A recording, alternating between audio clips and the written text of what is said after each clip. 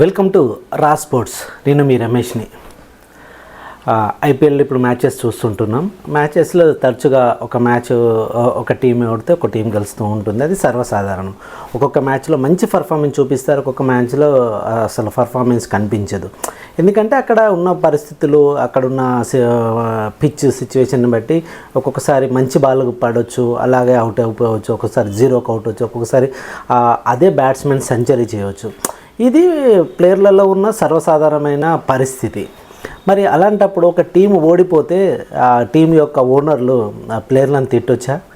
అంటే ఇష్టం వచ్చినట్టు ఎక్కడ పడితే అక్కడ, అంటే మీన్స్ గ్రౌండ్లో కూడా ఓనర్ వచ్చేసి ప్లేయర్లను మీరు మంచిగా ఆడలేదు, మీ వల్లనే ఓడిపోయింది, మీకు చేత కాదు అని ఇలా మాట్లాడొచ్చా అనేది ఇప్పుడు పెద్ద కాంట్రవర్సీ అయింది. మన కుప్పల్లో జరిగిన ఎస్ఆర్హెచ్ మరియు లక్నో సూపర్ జైంట్స్ మధ్య జరిగిన మ్యాచ్లో ఎస్ఆర్హెచ్ అనే మా టీం అద్భుతంగా ఆడి గెలిచింది. ఈరోజు వాళ్ళది ఆ పర్ఫార్మెన్స్ అలా జరిగింది, వాళ్ళది ఆ మూమెంటం అలా వచ్చింది. ఆ ప్రతి బాల్ వాళ్ళకు కంఫర్ట్గా ఉండే, ప్రతి బాల్ని షాట్ కొట్టారు కాబట్టి కనెక్ట్ అయింది, పోయింది, గెలిచారు. అద్భుతంగా ఆడారు, గెలిచారు. ఓకే దాన్ని. కానీ LSG at the same time LSG కాస్తంత పూర్ పర్ఫార్మెన్సే చూపించింది అనాలే. కానీ అది ఆ ఒక్క మ్యాచ్కే. ఇంతకుముందు మ్యాచ్లలో సిఎస్కే కానీ లేకపోతే ఢిల్లీని కానీ ఎల్ఐఎస్జి లక్నో సూపర్ జైంట్స్ సూపర్గా ఆడింది. అది ఒకనొక టైంలో టేబుల్ పట్టికలో సెకండ్ పొజిషన్లో ఉండే. అలాంటి మంచి ఆటగాళ్ళు ఒకసారి ఫెయిల్ అవ్వచ్చు, అది సర్వసాధారణం. దాని అంత మాత్రాన ఓనర్ వచ్చేసి ఒక క్యాప్టెన్ పట్టుకొని, ఒక మంచి ప్లేయర్ని పట్టుకొని తను ఇష్టం వచ్చినట్టు మాట్లాడడం అనేది ఇప్పుడు సోషల్ మీడియాలో పెద్ద కాంట్రవర్షియల్గా అవుతుంది. ఇది ఇప్పుడనే కాదు, జనరల్గా ఇది ఐపీఎల్ స్టార్ట్ అయినప్పటి నుంచి వెళ్ళి జరుగుతూనే ఉంది. ఒకప్పుడు ఎస్ఆర్హెచ్ కూడా డేవిడ్ వార్నర్ని కూడా అలాగనే చేసింది. తను మంచిగా ఆడుతున్నప్పుడు ఓకే, ఎప్పుడైతే మంచిగా ఆడలేదు తన నుంచి వెళ్ళి క్యాప్టెన్సీ తీసేసుకొని తనని అవమానించడం, వాటర్ బాయ్గా తనని మార్చడం, ఒకనొక సందర్భంలో తనకు ఆ ప్లేస్ కూడా ఇవ్వకపోవడం అనేది అప్పుడు ఎస్ఆర్హెచ్ చేసింది.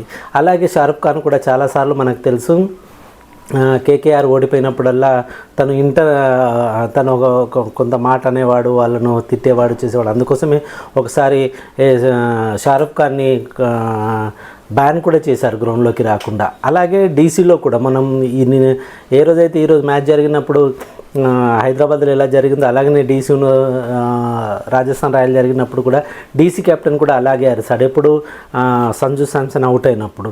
ఇలా ఓనర్స్ ఎందుకు ఇంత ఎమోషన్స్ అవుతున్నారు? అసలు ఓకే, ఏదన్నా ఉంటే వాళ్ళు వెళ్ళేసి 4 గోడల మధ్యలో మాట్లాడడమో, లేకపోతే వాళ్ళ రూమ్లో వాళ్ళ ప్రైవేట్గా మాట్లాడి వాళ్ళకు సలహాలు ఇవ్వడమో, లేకపోతే ఇలా ఆడితే బాగుండదు, ఇలా ఆడాలని చెప్పడము అంతవరకు బాగుంటుంది. కానీ 10 మందిలో పట్టుకొని ఒక మంచి ఒక ప్లేయర్ని, ఒక ఇండియన్కి ఆడిన ప్లేయర్ని, ఇండియాకు క్యాప్టెన్ చేసిన ప్లేయర్ని, తనను కేఎల్ రాహుల్ని ఇలా అనడం అనేది సోషల్ మీడియాలో తీవ్ర దుమారం రేగుతుంది. తను ఎంత జెంటిల్ మ్యాన్, అసలు ఎవరేమన్నా కానీ ఏమన్నాడు, తను ఆడుకుంటూ వెళ్ళిపోతుంటాడు. ఓకే, అతను ఈరోజు అంత మంచి పర్ఫార్మెన్స్ చూపించలేదు, క్యాప్టెన్సీ పర్ఫార్మెన్స్ చూపించలేదు, ఓవరాల్గా టీం కూడా పర్ఫార్మెన్స్ చూపించలేదు. ఒక్కొక్కప్పుడు టీంకు అలా అవుతుంది. ఒకసారి మనం ఏదైతే ఈరోజు ఎస్ఆర్హెచ్ కేవలం ఓపెనర్సే 166 రన్స్ కొట్టారు, కానీ సిఎస్కేతో ఆడినప్పుడు 220 పరుగులు చేయలేక మనం అందరం కేవలం ఎస్ఆర్హెచ్ 160 పరుగులకే సంథింగ్ ఏదో అవుట్ అయింది. మరి అప్పుడు ఏమనలేదే. అది గేమ్లో ఒక్కొక్కప్పుడు ఒక్కొక్క మూమెంటం అలా వస్తుంటుంది. అలా వచ్చినప్పుడు ఎవరు ఏం చేయలేరు. చాలామంది క్వింటన్ డికాక్ కూడా ఒకసారి సెంచరీ చేశాడు. మరి అలా ఉంటప్పుడు అతను ఏమనలేదు. ఓవరాల్గా ఎల్ఐఎస్జి చాలా బాగా ఆడుతుంది, ఈ పర్ఫార్మెన్స్ మంచిగానే చూపిస్తుంది. కానీ కొన్ని సందర్భాలలో వాళ్ళకు బౌలర్లు అందుబాటులో లేకపోవడం వల్ల, మయాంక్ యాదవ్ లేకపోవడం వల్ల ఈ టీం కొంచెం అప్పటి నుంచి కొంచెం కష్టం అవుతుంది. అంత మాత్రాన ఓనర్లు వచ్చేసి ప్లేయర్లను చెడమడ తిట్టడం అనేది చాలా శోచనీయం.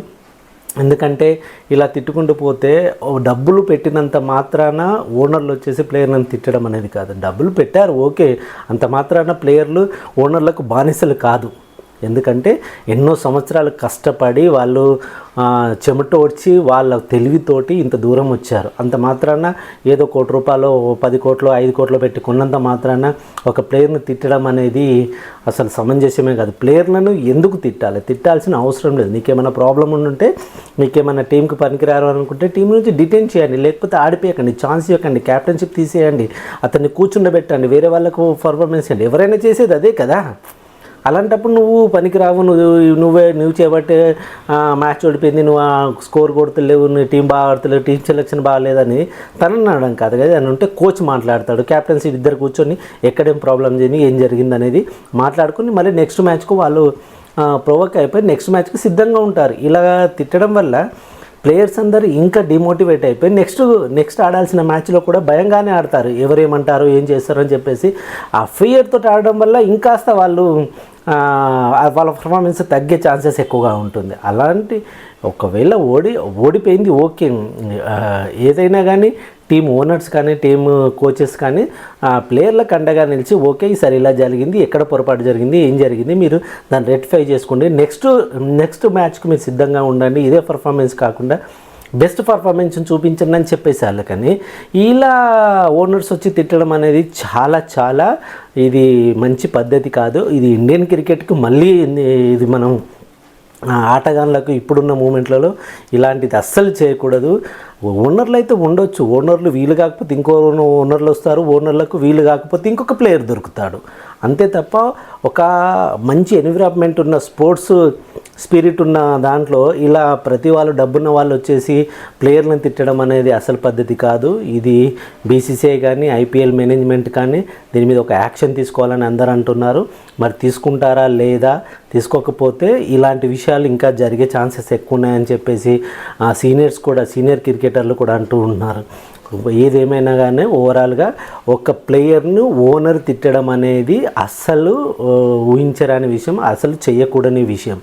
ఇలాంటి పద్ధతి ఉంటే రేపటి కాలాన గ్రౌండ్లోనే గొడవలు జరిగే ఛాన్సెస్ ఉంటాయి. ఈరోజు ఇలా జరిగింది, అతను ఎవరైతే సంజయ్ గోయంకు కేఎల్ రాహుల్పై అరవడం అనేది చూస్తూ ఉంటే మనకే భయం వేస్తుంది. అంత పెద్ద క్రికెటర్ని పట్టుకొని అంత పెద్ద గ్రౌండ్లో అందరు చూస్తుండగా అన్ని కెమెరాలు ఉండగా తనను ఇష్టం వచ్చినట్టు మాట్లాడడం అనేది పద్ధతి కాదు.